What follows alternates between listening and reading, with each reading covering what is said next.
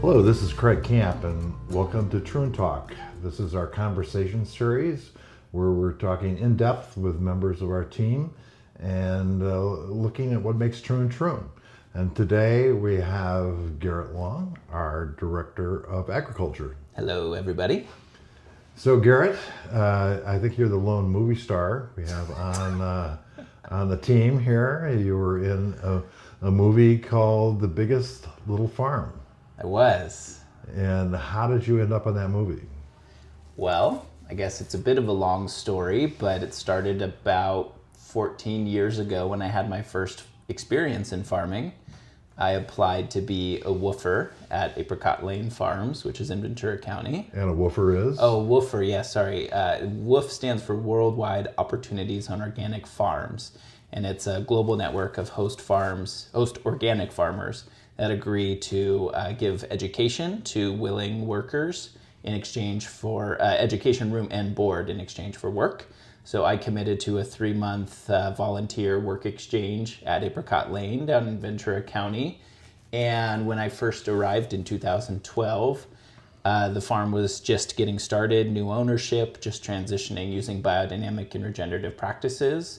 And John Chester, who is a founding farmer of that project, he and his wife Molly, is a filmmaker. And little did I know he would be rolling pretty much the entire time that I was down there. And about 6 years later, come out with a feature-length documentary film about that topic, about the transition of that land using biodynamic practices. So what pulled you towards agriculture? You know, I really always had a deep love for animals. I was convinced from the time I was a little boy that I was going to be a veterinarian. And as I had some experiences in college, I was studying biology, and I did a couple of summer jobs working at a zoo, which I thought would be the coolest experience of working with animals, more exotic animals and that sort of thing. And I had this kind of epiphany that maybe working with sick, sad animals every day, especially in captivity, was not what would make my heart sing. And in the middle of my biology degree, I realized that I have many other intercepting passions, like plants and animals and ecology and people and food and climate and all of that. And I found farming, especially through woofing and these organic farms, to be the intersection of all of those things that I was passionate about.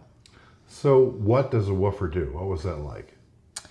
Well, every day's different. I think that's a really cool thing, depending on what farm you're at and who your mentor primarily is. You could be farming grapes in Italy, you could be on making goat cheese in France, you could be growing unique, heritage grains in Africa somewhere. For me in Southern California, the farm was initially all lemons and avocados and an old horse ranch. And through biodynamic practices and a couple of amazing mentors, we were able to convert that farm, all 200 plus acres, using these biodynamic practices, to a crazy diverse property. The vegetable garden was growing more than 100 different varieties of crops. We had stone fruit and honestly, about every kind of citrus and stone fruit you could name, plus a ton of other fruit varieties. My day-to-day was, first, I was always responsible for taking care of the sheep when I was a woofer. I graduated onto some other things which we can talk about, but as a woofer during those 3 months, every day, every morning and afternoon, I took care of the sheep and worked with Flavio, who's still there at the ranch. And he was an incredible mentor who taught me a lot about how to read animals and how to communicate with animals in a language other than English, which I found incredibly inspiring. And the in-between times when I wasn't taking care of animals, I was doing everything else, from making compost to working in the garden, the orchards. Every day was different. There was a big habitat restoration team on the project, and cultivating dozens of acres as habitat, wildlife habitat, was another thing that I became really interested in through that experience.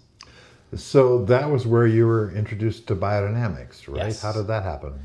Well, we were really blessed to have a couple of wonderful mentors who continue to be mentors in my life.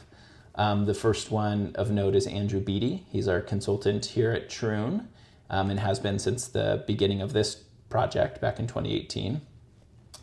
I learned all about making biodynamic preparations from Matthias Baker. He taught me pretty much everything I know about prep making, and I spent, I guess, the better part of 6 years learning from him, which was a really incredible opportunity. He's a master prep maker and really insightful. I remember, just a quick aside about Matthias, I remember we would have these meals whenever the consultants would come to town, and I remember sitting across the table with Matthias, and we'd enjoy dinner together with all the other woofers and John and Molly and then a couple other people who joined us, and one by one everybody would sort of leave the table and go home and go shower and relax. And I remember sitting across the table from Matthias until we could no longer see each other, just a couple feet apart. The sun went down and we were just jamming so hard that we didn't really notice the passing of time, and I was just gobbling up everything that he had to tell me. So Matthias taught me not just about making preps, but really a way of seeing the world and observing these relationships that are so important and so deeply ingrained in biodynamics. And the last mentor unfortunately passed away in 2019. Alan York was brought on as the primary biodynamic consultant, and he was the one who brought Matthias and Andrew on board as well. And those three gentlemen collectively taught me so much. Alan would similarly come through, these kind of 2 or 3 day visits every month or two, and he was gracious enough to always carve out time to sit with the woofers and the staff at Apricot and really teach us about biodynamics, this sort of novel way of seeing the world and approaching farming. So after that experience, you made what would be probably considered an unusual choice of going to grad school. That's right. In science. So That's what right. led to that choice? Yeah, that decision was not exactly encouraged by those mentors who were telling me that if I wanted to learn about biodynamic farming, I should just stay and practice farming. But I did decide that I was very interested and passionate in soils. That was the thing that I found was kind of keeping me up at night, was thinking about these really complex ecological interactions and how what we're doing above ground really influences the whole below ground microbiome. And it was just, there's this whole world to explore underfoot that is ruled by and dominated by these microscopic organisms that are so important to everyday processes like cleaning air and water and breaking down all of the dead, decomposing things on the planet so things don't smell bad. I just have this immense respect for these below ground creatures. So I wanted to learn more about them, and I wanted to get this very practical, I wanted to get this very more deep theoretical understanding of soil science, so that as I brought that back to my practice of farming, I felt that that education in sort of quantitative science and research, especially soil science research, would be really valuable in my career as a farmer. So how has that experience, both your early biodynamic experience combined then with this scientific background in graduate school, how has that formed your vision of biodynamics? Well, I can say that although those mentors didn't really understand the drive maybe of why I wanted to go to UC Davis and do my master's in soils, Matthias was the one who really pointed out a similarity between my journey that I was on and a protege of Rudolf Steiner's.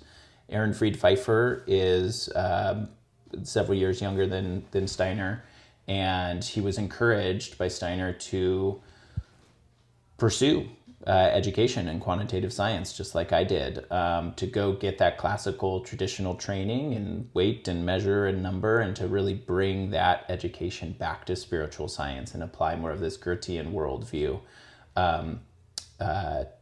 to Pfeiffer's research. And so I decided to kind of follow in Pfeiffer's footsteps in whatever way I could, albeit I was on the West Coast, he was on the East. And I pursued graduate school at UC Davis. It's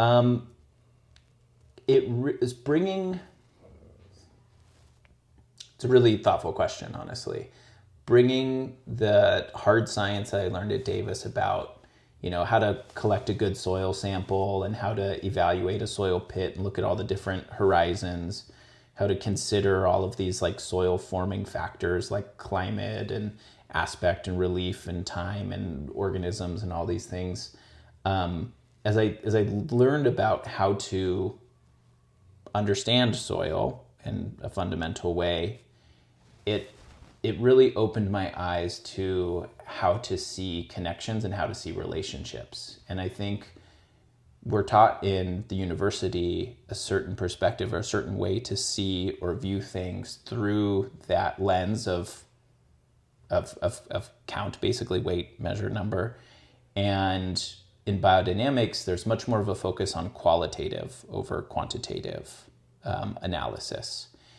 And so, I can look at a soil profile and I can take a sample and I can tell you exactly what color that is using the Munsell color chart, but it doesn't tell you anything necessarily about the functionality of that soil or what types of life it will support, the biodiversity of life it supports, or what sort of crop might be good for it. So, there's building off of this theoretical understanding and this quantitative science that I can bring into my practice as a biodynamic farmer, but I'm really merging and overlaying these two very different worldviews in order to better understand how, what we're doing on a daily basis here at Troon is truly impacting the soil and impacting all of these wider relationships outside of us, things like climate or these, small water cycles in our specific watershed, or the microbiology that we can track through the soil to the surface of the grapes, through these ferments, through the finished wine product. There's ways to measure these things in both quantitative and quantitative analysis. And the merging of them has led to, I guess I'll say, some profound insights, although it'd be hard to pin it down. It's something that's really felt and is more of an intuitive practice. Well, you're also you're not just a biodynamic farmer, you're a regenerative organic certified farmer. That's right. How would you compare those two practices? Well, I think they have a lot more in common than they do differ. When you look at the sets of standards of what are required of a regenerative organic certified farm versus a biodynamic farm, they have a lot more in common. There's a handful of differences I would point out. So as far as how I think of those differences, I refer to the standards, right? Demeter standard requires that a minimum of 10% of your total acreage be dedicated to biodiversity reserves. There's not that same requirement in ROC, although they are encouraging, that we catalog and observe all of the flora and fauna that we have, and that's a part of it too. In biodynamics, there's a requirement to use the biodynamic preps or preparations. Those are not required in a regenerative farm, although we think about very similar botanical teas and sorts of approaches of building nutrition from within the farm, building fertility from within the farm. And one other difference of note, I would say, is as a regenerative organic farm, we're also required to really focus on social fairness, farm worker fairness. This is a new element to the Demeter standard that was added just in the last year or two to strengthen that component of biodynamic framework. So, when I walk out of the door in the morning, I don't put on one hat or the other. I put on my hat that says compost, and that's how I think about soil health first and foremost, is like, what am I going to go out to do today to help soil thrive, to help our farm thrive. And no matter what you call that lens, regenerative, biodynamic, whatever, permaculture, there's so much more in common than there are differences. So this is your third biodynamic farm, I believe, that you've worked on. What has been your experience about Troon that you think makes us unique as a farm? Well, I mean, the first thing that comes to mind is first off, just the grapevines themselves, to have growing vines and making wines be such a focus of what we do first and foremost. That's what Troon's 50-year history has sort of cultured in the public consciousness, is that we're our winery first and foremost. And that was a new experience for me, working in a vineyard setting. But the thing that I think really sets this operation apart is the context. I think it's being in Southern Oregon. It's the unique community of people that we have here. It's the very unique ecology, one of the most biodiverse places in the whole world, living at the confluence of, the Pacific Northwest and sort of Northern California species, and then those endemic species that are only here in Southern Oregon. This is a really unique place to live and farm. And it is a climate that is very hospitable to a lot, huge diversity of crops. Where I was at in Southern California, in the biggest little farm, you could arguably grow, those citrus and avocados that we can't grow here in Southern Oregon because of the frost potential. And yet, what we do have the potential to do maybe a better job of is grow things like apples and these more cooler climate. Apples and pears are just a huge thing that the Rogue Valley is known for historically, and that the climate in Southern California was a little warm for that. So, there's trade-offs, of course, but I really, really recognize the biodiversity that's present in the native ecology and the biodiversity that's present in our own farming operation. When you think about the diversity of crops that we're growing, the animals we're raising, and then, of course, all the microbes that I could go on about. Well, I mean, this is, of course, the basic fundamental concept of biodynamics is the concept of the whole farm and biodiversity. What is it like to run such a complex program? Well, it's complicated, it's complex. There's a lot of opportunities to make mistakes if you're not paying attention or if your heart's not fully in it. That's for sure. But also there's a lesson in patience and perseverance, I think. This has been a project for me where I came into it, or maybe I'll say I came out of Apricot Lane feeling like there's an ability to do a ton, to do all these different enterprises, from livestock to crops, vegetables, orchards, compost, to cooking and culinary programs. To at Apricot we also have this film program, everything. Like, there's an ability to do things well when you're a well-resourced operation. And I came out of that experience being like, I'm going to do less. Like, it is not a good idea for personal health or the farm's financial health, no matter how wealthy the investors may be, to take on too much. And Andrew, our consultant, I think also coached us in that way, to just layer on these practices and layer on this complexity year by year. And so we started out slow, but as time has gone on, can't help ourselves. We continue to plant more. We just put Asian pears and quince in the ground last year, and those were fruit trees that didn't make the initial cut, but they're exciting for consideration of, making a cider or something like that out of quince. Or, the chef we're working with, Carl, is really excited about, doing jams and preserves with those products.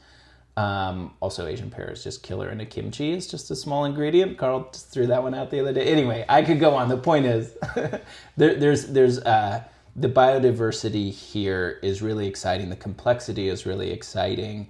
And if you're somebody who's enthusiastic and passionate about kind of learning about all of it, there's a lot of opportunities to kind of get in over your head, and then really need to lean on those mentors and those consultants around us who can help shepherd that project along to success. Well, you mentioned a few things, but other than wine grapes, what are some of the crops you are growing here at Troon? Yeah. So I think of them sort of in where they're planted. We've got a cider apple orchard of about 330 trees, 40 different varieties of heirloom French cider apples, and a couple of American crab apples too. that will feed our cider program, that will complement our wine program very nicely.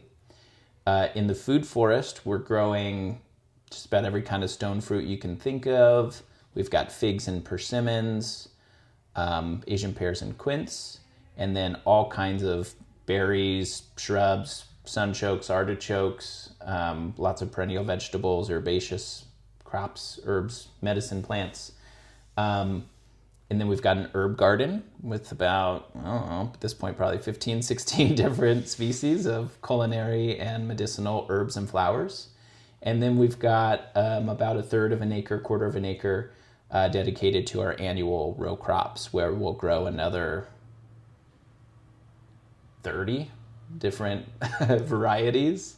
Everything from garlic and onions, shallots and leeks to, peppers, tomatoes, flowers, squash, cucumbers, all kinds of fun stuff. We're working on value-added products. We're working on making dried urban tea blends.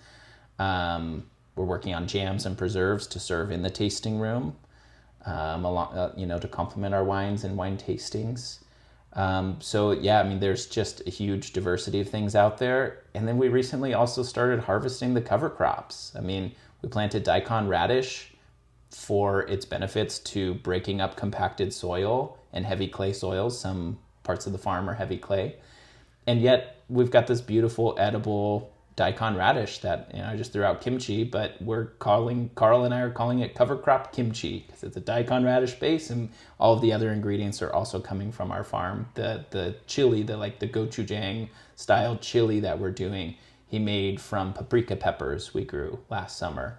So, it goes on and on. He's also serving a cover crop salad made of this variety of kale that we planted. Again, it's a forage variety for sheep, but when it's got young, tender leaves, they just make a killer vessel for all of the dressings and vinegars that we're making out of the farm kitchen as well. So, the list goes on.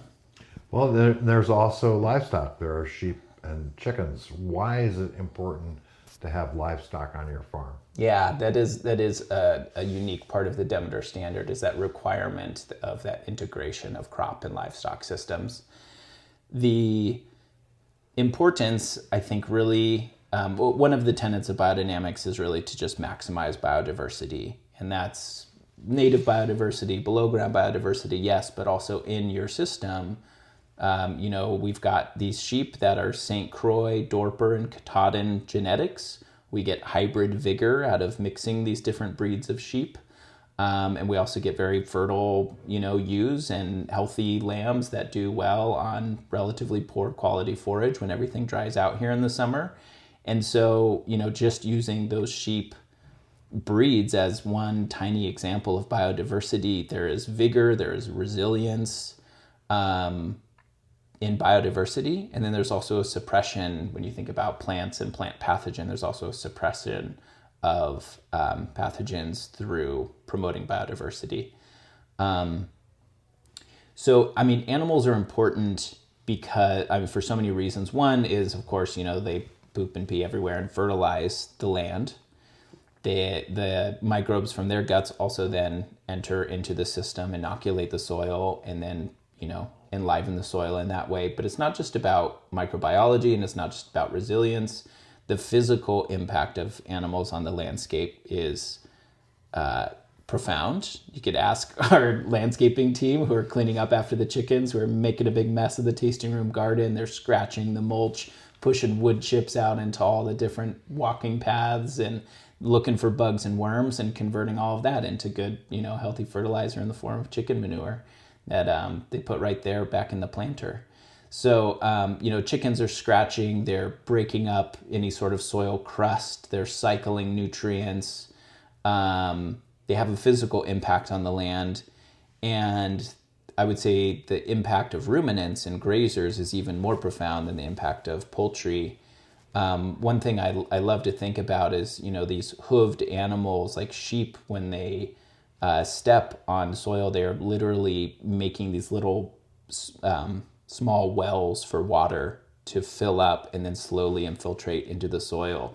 They stamp seeds into the soil and literally plant seeds as they walk.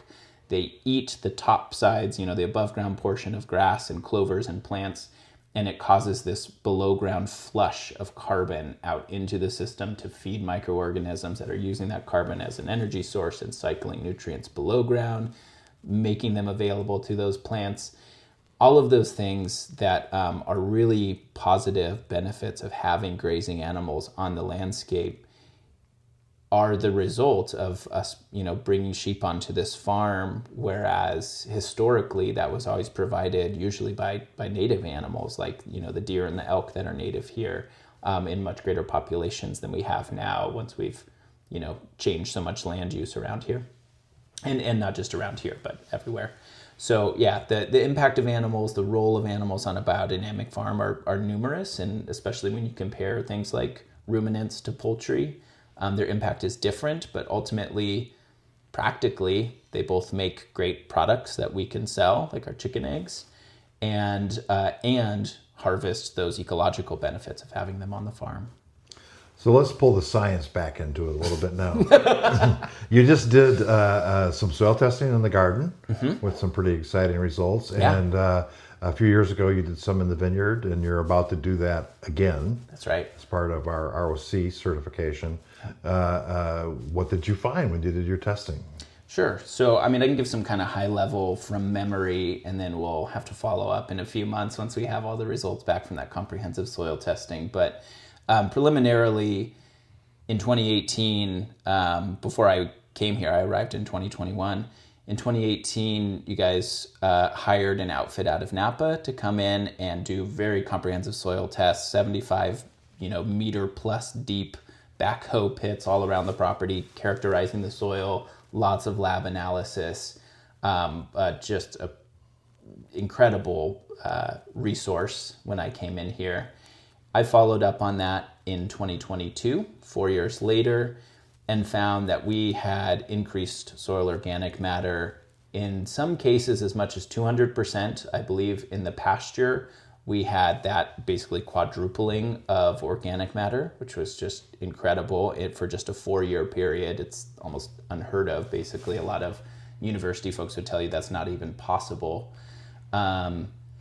And we looked at all those different systems. We looked at that non-irrigated pasture. We took samples in the orchard. We took samples in the vegetable garden, where we add a lot of compost, but also have relatively more disturbance of the soil and more crop rotations, as it's an annual system. We looked at our best vineyard block, our worst, and our most representative vineyard block. And basically, across the board, we took 16 samples, and 15 out of the 16 had higher organic matter than 4 years prior. The one exception to that was just a surface level soil sample that was basically exactly the same. It just hadn't increased it. It just kind of stayed static for 4 years. In the garden, what we just found was, following up on those 2022 results, we just took some kind of classic annual soil sampling in the garden to see if all of the soil amendments, these mineral amendments we had added to the beds historically, were still present and still working. Historically, we had put out gypsum, potash, azomite, and cal-phos, which is calcium and phosphorus, to basically amend for those nutrients that we were short in the garden, in our soils natively. And what we found was, not only are they still there and still present in adequate quantities that we don't have to re-amend, these slow release minerals are continuing to help us grow a garden with no outside inputs no inputs from outside the farm, where we're using plenty of compost, biodynamic compost we've made here on the farm. And then our goal for this season is to use, as a source of fertility, the only other ingredients we're going to use are basically these botanical teas like comfrey and nettle teas, and use that as in-season fertilization, complementing the immense amount of fertility that's already in the soil in those garden crops after 4 years of these intensive crop rotations. So that's really exciting from just like a chemical standpoint. I use soil organic matter as the primary metric that I care about most. There's so many benefits from water holding capacity and nutrient cycling and all these things that are related to soil organic matter. And what we found was, I believe that soil which is kind of a heavy clay soil to start with, was something like 3.2% back in 2018. It was 3.8% in 2022 after 1 year of gardening. And in 2026, after 4 years of gardening, we had increased to 5.6% or 5.2%. So again, like a couple percent increase in soil organic matter in a 4-year period is just pretty astounding, and definitely a result of our farming practices.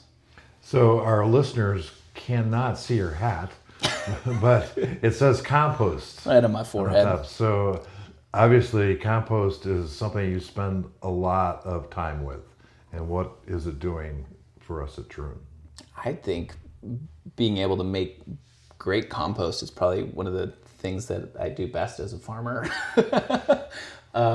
And yes, a little tongue-in-cheek wear it on my forehead. But compost is, at its heart, it's a soil amendment. Or maybe not at its heart, on its face. It's a soil amendment, right? It's full of about 1% nitrogen, 1% potassium, 1% phosphorus, and then a certain amount of all of the other micronutrients that are needed. It is mostly, almost entirely, made of organic matter. The only bits of non-organic matter is just kind of the soil that gets unintentionally mixed into it as we turn the piles using our skid steer. The minerals, the nutrients, the organic matter, all of that makes up compost is then added to our fields. We broadcast it in our vineyards, in our pastures. In the garden, we usually use this no-till approach of just layering on a thick layer of compost, which not only serves to, feed the soil as the rain washes it in, but it also acts as a mulch and suppresses weeds as we have this weed-free compost. And all of those additions, from the physical structure that it is impacting soil, to the nutrients that are water soluble and being washed down into the soil profile, to also the biology, which is maybe one of the most important parts of compost. We are using a whole bunch of different materials that we're building our compost piles out of. We import dairy manure from an organic dairy down the street. We grow way more hay than we need to feed our sheep, so that organic dairy manure and our own leftover hay makes up the bulk of our compost. We add to that all of the landscaping waste, the kitchen scraps, the garden scraps, everything else. We add everything from the winery, the leftover products from the winery, every seed, stem, and skin from the grapes goes back into the compost. And we manage those piles actively for about a full year. We'll turn them 2 to 3 times in that process, and then we'll just let them sit for about the last 4 or 5 months of their life to kind of cure, is the term that we use. And in that process of not disturbing them, they fungal hyphae just kind of grow through the whole pile, sucking up all of the moisture. And as we spread our compost, of course, we can acknowledge that we're breaking up some of those fungal hyphae that have formed this big, vast network within our compost pile. But each of those little broken pieces of fungi then inoculate the soil in which they have a new home to, throw out their little growing hyphae arms and go down into the soil and do all the same things they're doing in the compost pile. I lost myself in the process of getting picturing these fungi. But compost, it has this biological component, it has a chemical component in terms of nutrients, and it affects physical structure of soil, where it allows more air and water to infiltrate into soil as well as be held by the soil. There's this crazy statistic that on an acre of land you can hold about 20 to 25,000 gallons more water for every 1% of organic matter you can increase. And so, as I just said, in the last 4 years, we increased about 2% organic matter in that little third of an acre garden. Can't do that back of the envelope math, but we're talking about, dozens and dozens, tens of thousands of gallons of water in just that little vegetable garden that we're holding. So, we've had a very dry winter here, and we're supposed to get quite a bit of rain, maybe snow this week. it's my goal that every single drop of water that falls on this farm is held in the soil on this farm as a big sponge, and compost is supremely important to creating that water holding capacity in that sponge on this farm. So Garett, I know you're a soil scientist with a degree, but you're also a very emotional farmer. What does it mean to you to be able to farm biodynamically? Well, something that makes me emotional is becoming a new father recently. And as I live on this property with my son and my partner, and we take farm walks and we listen to the birds and we go visit the dogs and the sheep here on the property, and I see him smile, what it means to be a biodynamic farmer, that brings such joy to my heart that I know I can walk out anywhere on the farm and there's no risk of, pesticide exposure. There's no risk of touching something and getting ill or something like that. The inputs that we use on the farm, especially by focusing on generating fertility from within the farm instead of importing these outside, inputs and sprays and things, makes me feel safe and confident to put my hands in the soil or go, just eat a cucumber right off the vine without washing it and all these sorts of things. So it's not just that's one thing that I love about being a biodynamic farmer is I know it's safe, it's healthy, it's nutritious, and it's good for me and my family as well as my community. But I also think that there's a lot of lessons that I've learned in my life. One thing that's coming to me in this moment is a recognition that in farming, there are a lot of antagonistic forces, as you might see them. There's pests, there's disease, there's chaotic economic systems, there's labor shortages, there's extreme weather events. There are a lot of challenges to farmers right now. And something that I learned from John at Apricot Lane, and I've really incorporated into my practice and said this many times to the next generation of woofers and farmers that I've had the pleasure of speaking with.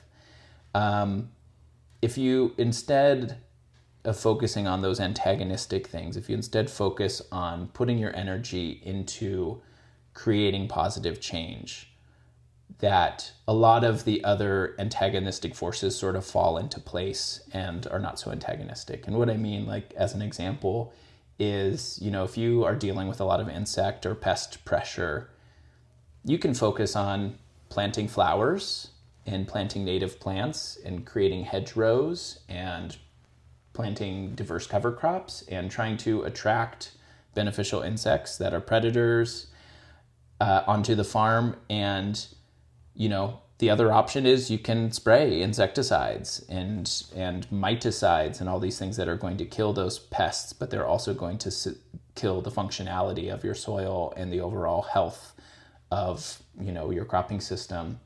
And so I have chosen to plant flowers and usually, maybe not in the same season, but usually within a year or two, that problem is not coming back. You don't have those same sort of pest outbreaks or those same populations that feel so out of control. So using that example, you can kind of imagine the analogies in my own life of sort of feeling all of these antagonistic forces of this chaotic time that we're living in and really trying to focus on what matters most, like family and friends and